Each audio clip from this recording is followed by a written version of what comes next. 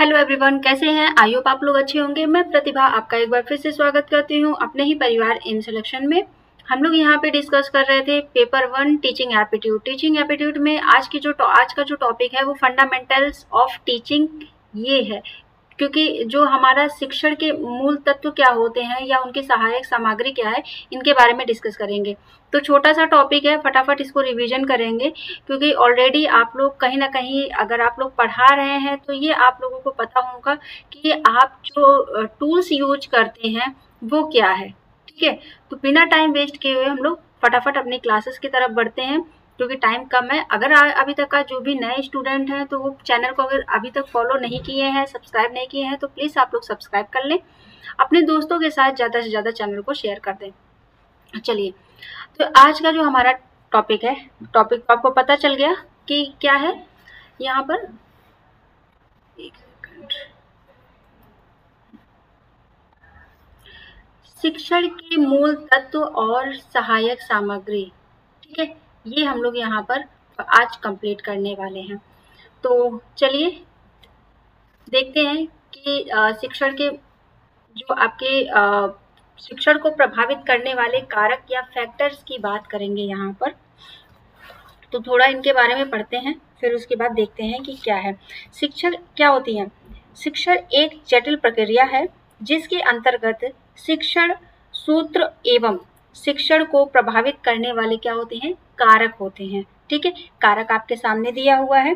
शिक्षण को प्रभावित बनाने में जो शिक्षण विधियां, यानी कि जो भी आप यहाँ पे मेथड और शिक्षण सामग्री भी क्या होती हैं, उल्लेखनीय होती हैं। क्यों होती हैं? क्योंकि उसी के आधार पर आप यहाँ पर अपने जो भी आपका टॉपिक है वो बच्चों तक आसानी से क्या कर सकते हैं, आप डिलीवर करते हैं, उनको उस ऐसे प्रेजेंट करते हैं जो उन्हें समझ में आ सके, लर्नर जो है वो अंडरस्टैंड कर सके, उस कॉन्सेप्ट को उसे क्लियर हो सके। ये सारी चीज़ें आप ध्यान रखते हैं। ठीक है, ये सब एक शिक्षण यानी कि टीचिंग का एक कह सकते हैं मेथड होता है कि किस तरीके से आपको अपनी चीज़ों को प्रेजेंट करना है।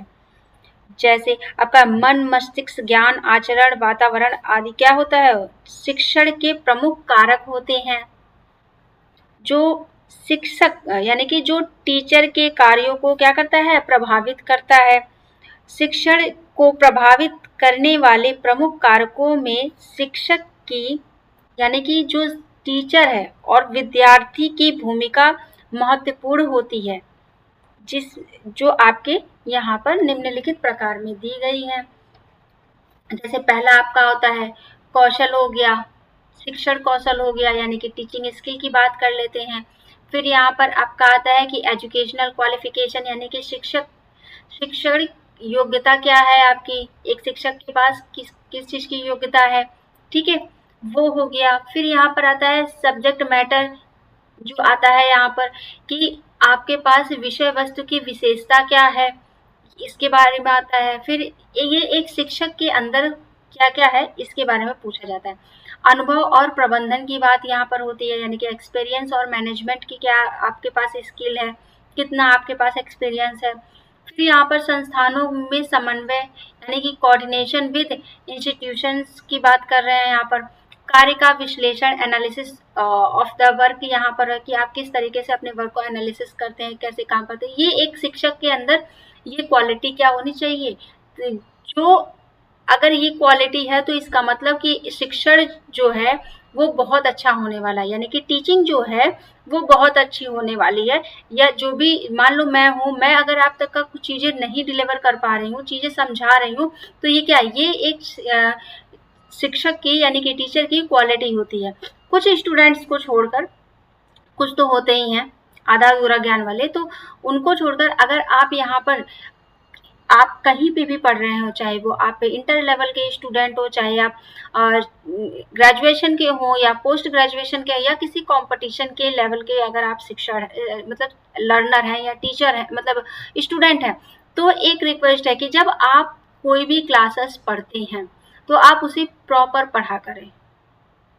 आप एक शिक्षक के अंदर वो एजुकेशन होती है कि अगर वहाँ बैठा है तो इसका मतलब वो वहाँ पर पढ़ा रहा है।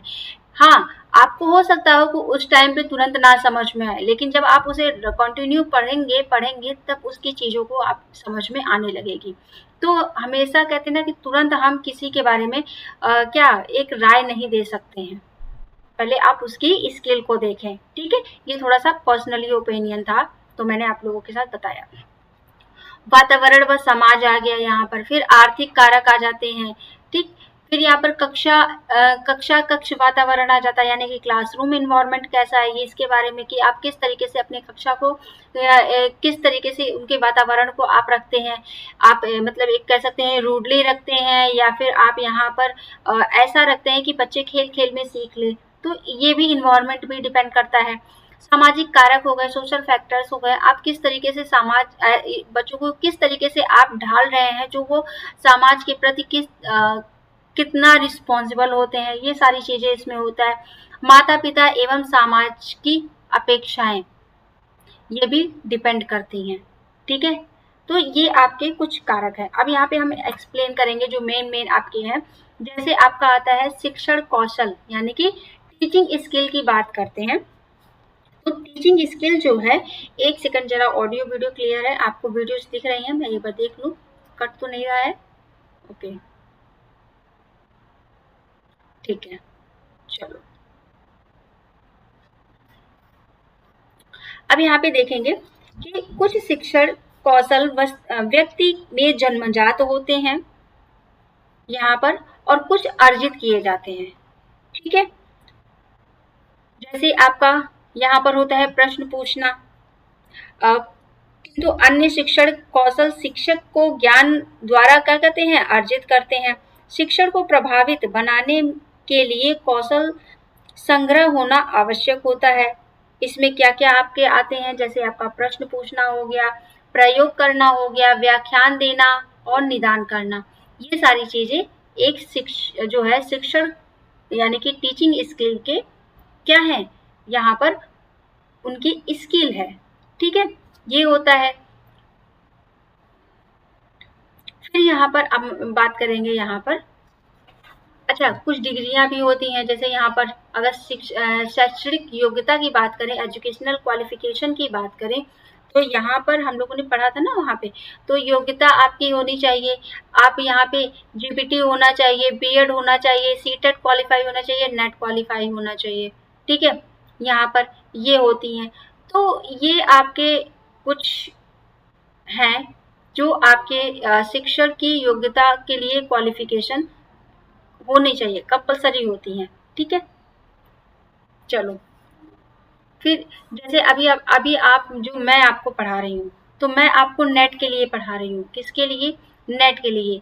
ये जो सब्जेक्ट, ये जो अगर आपका क्वालिफिकेशन आपके पास है, नेट क्वालिफाइड है, तो आप किसके लिए यहाँ पर प्रोफेसर बनने के लिए क्या होते हैं, यहाँ पर एलिजिबल हो जाएंगे। किसके लिए? प्रोफेसर बनने के लिए एलिजिबल होते हैं। तो आप यहाँ पे अब जब प्रोफेसर आप बनेंगे, तो यहाँ पे किस स्टूडेंट को पढ़ाएंगे? तो यहाँ पर जो आपका यूजी का बच्चा है, या फिर और आपका पीजी का बच्चा है, तो आप इन्हें पढ़ाएंगे, यानी कि अंडर ग्रेजुएट और पोस्ट ग्रेजुएट के स्टूडेंट्स को आप यहाँ पर क्लासेस या आप उन्हें एजुकेशन देंगे। जो आपका कह सकते हैं बीए एमए वाले होते हैं, इन सबको आप यहाँ पर क्या करेंगे, एजुकेट करेंगे। तो ये आपकी कुछ क्वालिफिकेशन होनी चाहिए आपके अंदर, या फिर कह सकते हैं कि सर्टिफिकेट होना चाहिए। इससे ये पता चलता है कि हाँ आप यहाँ पर एलिजिबल हैं इस चीज को पढ़ाने के लिए। तो कुछ ये डिग्रियां होती हैं, ठीक है। चलो, अब यहाँ पे सेकंड हम बात करेंगे कि ये हम लोगों ने बात कर लिया, एजुकेशनल क्वालिफिकेशन क्या हो गई, इनके बारे में देख लिया। फिर यहाँ पर बात करेंगे कि शिक्षण को प्रभावित करने वाले वातावरणीय कारक। यहाँ पे हम कारक की बात कर लेते हैं, ठीक है। चलो देखो, तो यहाँ पर आपका आता है, पहला आएगा क्लासरूम, ठीक है। कक्ष वातावरण यहाँ पे होना चाहिए। तो यहाँ पर किस तरीके से होना चाहिए, इस पर डिपेंड करता है। तो यहाँ पर शांति प्रिय होना नितांत आवश्यक होता है। यहाँ पर जो भी आपकी क्लासरूम है वहाँ पर क्या है, बिना शांति के आप लर्निंग नहीं कर सकते। या अगर आपके क्लास में बहुत ज़्यादा शोर शराबा हो रहा है तो क्या आप उस क्लास को, जो भी टॉपिक आपको पढ़ाया जा रहा है या जो भी चीज़ें समझाई जा रही है, क्या आप समझ पाएंगे? नहीं समझ पाएंगे। तो इसलिए आपकी जो क्लास का इन्वायरमेंट है वो कैसा होना चाहिए, यहाँ पर शांति भाव होना चाहिए। ठीक है, शांति प्रिय होना चाहिए, जिससे आपको जो भी चीजें सिखाई जा रही हैं वो आसानी से आप सीख सके। ठीक है, जो आपका शिक्षण कार्यों के दौरान शांति प्रिय वातावरण का रहना क्या होता है, नितांत आवश्यक होता है। बिना शांति प्रियता के शिक्षण कार्यों में न केवल बाधा पहुंचाती है, बल्कि जो शिक्षार्थी होते हैं वो लर्नर करने में क्या होते हैं, समस्या को महसूस करते हैं। यानी कि जो भी लर्निंग प्रोसेस में होते हैं वो समस्या को महसूस करते हैं। फिर यहाँ पे आता है आपका क्या आता है, समाज व आर्थिक कारक आते हैं। ठीक है, तो समाज और आर्थिक कारक में देख लेते हैं। शिक्षण को प्रभावित करने वाले कारकों में आर्थिक कारक ज्यादातर प्रभावशाली होता है। यह जो कारक है शिक्षण के प्रत्येक चरण को प्रभावित करता है, क्योंकि शिक्षण का ध्यानमग्न आर्थिक समस्याओं का परिणाम होता है। अतः जो भी आपके आर्थिक समस्याओं के निदान पर ध्यान दिया जाना चाहिए। ठीक है, जो आपका विदित हो, यह शिक्षण और शिक्षार्थी दोनों पर लागू होता है, जो आपकी आर्थिक कारक होते हैं। ठीक है, अपेक्षाएं जो होती हैं यहाँ पे माता पिता से होती हैं। किससे होती है, माता पिता से। यहाँ पे आप देखो आपका सामाजिक आ गया। ठीक है, सामाजिक रूढ़ियों के रूप में उठना चाहिए। फिर यहाँ पे आर्थिक समस्याओं का निदान जरूरी है, दोनों के लिए लागू होना चाहिए। ठीक है, अपेक्षाएं जो होती हैं यहाँ पे माता पिता, समाज की शीर्ष अपेक्षाएं किस तरीके से होती हैं, देखो शिक्षण के कार्यों को अपेक्षाओं से सबसे अधिक क्या होता है, खतरा होता है। ना तो शिक्षक सही तरह से शिक्षण कार्य कर पाता है और ना ही शिक्षार्थी अधिगम के समक्ष होता है। ठीक है, क्योंकि यहाँ पर अपेक्षाएं हमेशा क्या होती हैं, शीर्ष की मांग करती रहती हैं। भाई हमें और चाहिए, और बेटर चाहिए, और चाहिए। तो इस वजह से यहाँ पर प्रॉब्लम्स देखने को मिलती हैं, जिससे क्या होती है, यहाँ पे कृत्रिमता में बाधा आती है। जो भी एक्टिविटीज या फिर जो भी चीजें सीखी जाती हैं उसमें क्या होती हैं, बाधाएं बहुत ज्यादा आती हैं। और यहाँ पर जबकि अधिगम एक नैसर्गिक प्रक्रिया है, लर्निंग यानी कि जो भी लर्निंग है वो किस तरीके से नैसर्गिक प्रक्रिया होती है। यह निरंतर और व्यवस्थित तरीके से चलने वाली प्रक्रिया है। भाई ये निरंतर आपकी क्या होती है, चलती रहती है। यहाँ पर जो है ये कहते ना कि आप ज्ञान कभी भी ले सकते हैं। ज्ञान की कोई उम्र नहीं होती है, सीखने की कोई उम्र नहीं होती है। आप छोटे से बड़े तक का आप हमेशा सीखते ही रहते हैं। तो ये चीजें होती हैं। ठीक है, फिर यहाँ पे आपका आता है जो है पाठ वस्तु। जो आपका सेकंड आता है आपका पाठ वस्तु आता है। ठीक है, यहाँ पर इसमें क्या होते हैं, जो आपका पाठ वस्तु जो है यहाँ पे ये क्या होती है, रोचक और सहायक सामग्री होती है प्लस तुम। ठीक है, पाठ वस्तु हो गया, सब्जेक्ट मैटर हो गया। फिर यहाँ पर आपका क्या होती है, यहाँ पे रोचक सहायक सामग्री होती है। ये कितने लंबे समय तक की स्मृति होती है। भाई आप यहाँ पर अब अगर कोई भी चीज पढ़ रहे हैं, समझ रहे हैं, तो वो क्या होगी, ये यहाँ पर जो है एक लंबे समय तक की तो चलती है। ठीक है,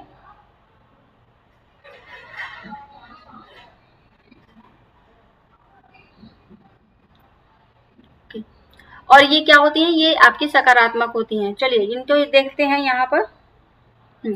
शिक्षण द्वारा जो आपकी यहाँ पे इस टॉपिक को इस तरीके से लिख सकते हैं। ये आपका जो है क्या है, टॉपिक है, यहाँ पर कह सकते हैं पॉइंट।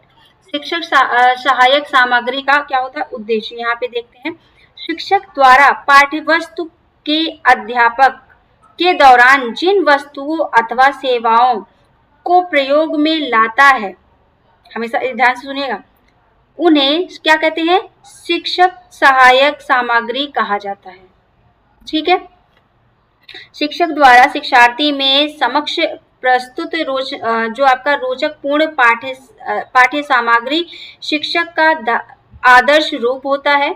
यहाँ पर ये कि किस तरीके से वो आपको प्रेजेंट कर रहे हैं, किस तरीके से समझा रहे हैं, ये सारी चीजें वहाँ पे देखने को मिलती हैं, जिससे इन सामग्रियों की भूमिका महत्वपूर्ण होती है। उत्तम शिक्षक सामग्री, जो उत्तम शिक्षण सामग्री का प्रयोग शिक्षार्थियों में जो आपका यहाँ पे विद्या अध्ययन, यानी कि जो भी आप यहाँ पे लर्निंग कर रहे हैं, जो भी ग्रहण कर रहे हैं, सीख रहे हैं, के प्रति क्या होती है, रुचि पैदा करती है। यहाँ पर अगर आपकी क्लास या आपका जो भी टॉपिक है, जो भी कंटेंट है, वो अगर आपका यहाँ पर अट्रैक्टिव है, तो आप क्या करते हैं, वो आप उसको बहुत जल्दी सीखते हैं, बहुत जल्दी उसे सुनते हैं, समझते हैं, तो वो क्या होता है, वो आपके लंबे समय तक आपको यहाँ पर याद रहता है। ठीक है, तो इस तरीके से आपकी जो सामग्री है, विषय सामग्री, पाठ्य वस्तु, वो हमेशा अट्रैक्टिव होनी चाहिए चीजों को समझने के लिए।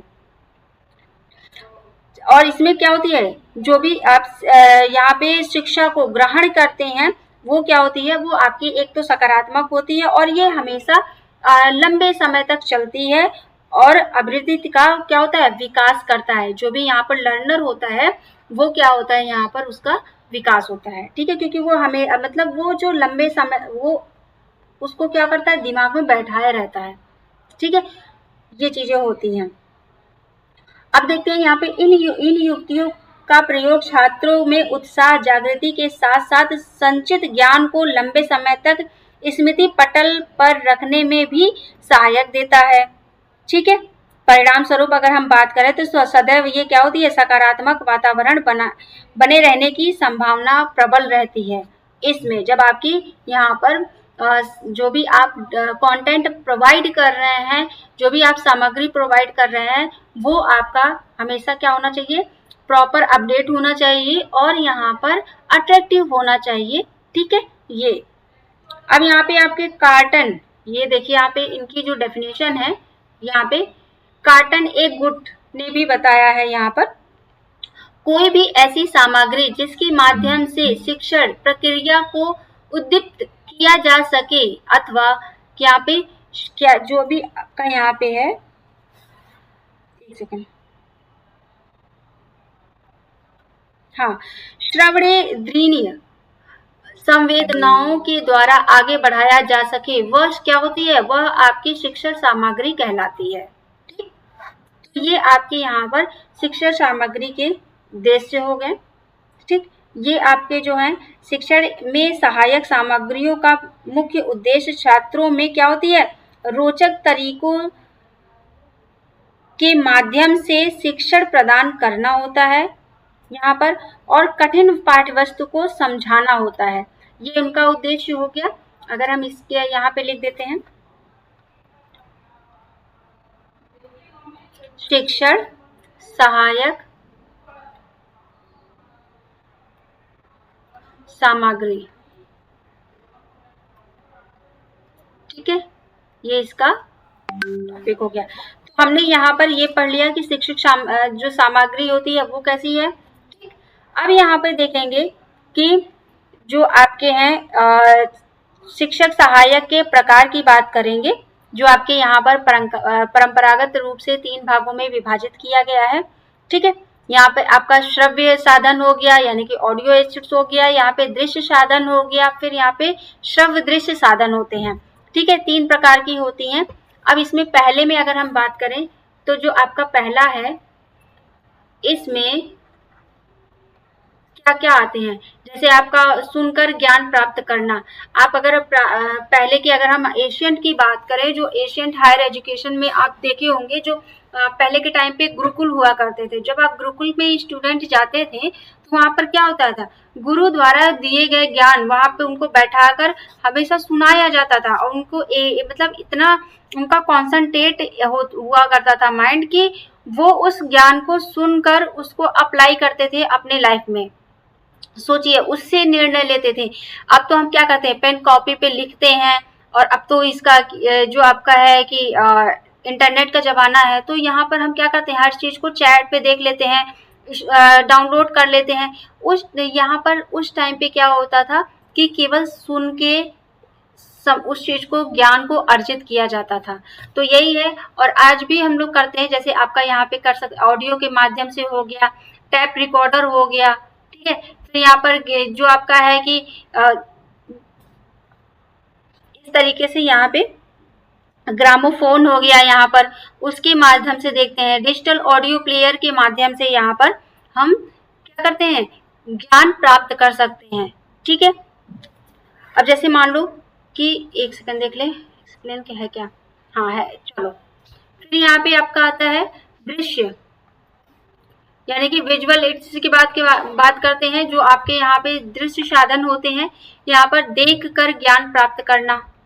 जैसे आपका चार्ट हो गया, मैप, ग्लोब हो गया, मॉडल हो गया, स्लाइड हो गई, ग्राफ हो गया ना, यहाँ पे फ्लैश कार्ड हो गया, फिर यहाँ पे बोर्ड हो गया। अब ये सारे मेथड आप देखते होंगे कि आपको जो है टीचर्स हमेशा हर एक चीज को प्रोवाइड कराते थे। अभी जैसे मान लो आप कंपटीशन की तैयारी कर रहे हैं, या मैं आपको पढ़ा रही हूँ, तो ये जो स्क्रीन पे मैं दिखा रही हूँ, ये क्या है, यहाँ पर ये कहीं ना कहीं तो हमारा बोर्ड हो गया, स्लाइड हो गया, इसके माध्यम से मैं पढ़ा रही हूँ। अगर कोई चीज मुझे समझाना होता है, मैं चार्ट के माध्यम से समझाती हूँ, मैप यूज करती हूँ। तो ये सारी चीजें क्या है, ये आपके विजुअल संसाधन हो गए सीखने के या ज्ञान प्राप्त करने के, ठीक है। फिर यहाँ पे श्रव्य दृश्य संसाधन, यानी कि ऑडियो वीडियो, ऑडियो और जो आपके विजुअल हैं, दोनों के माध्यम से कैसे। टेलीविजन हो गया, टेलीविजन में आप देख भी रहे हैं और सुनते भी हैं।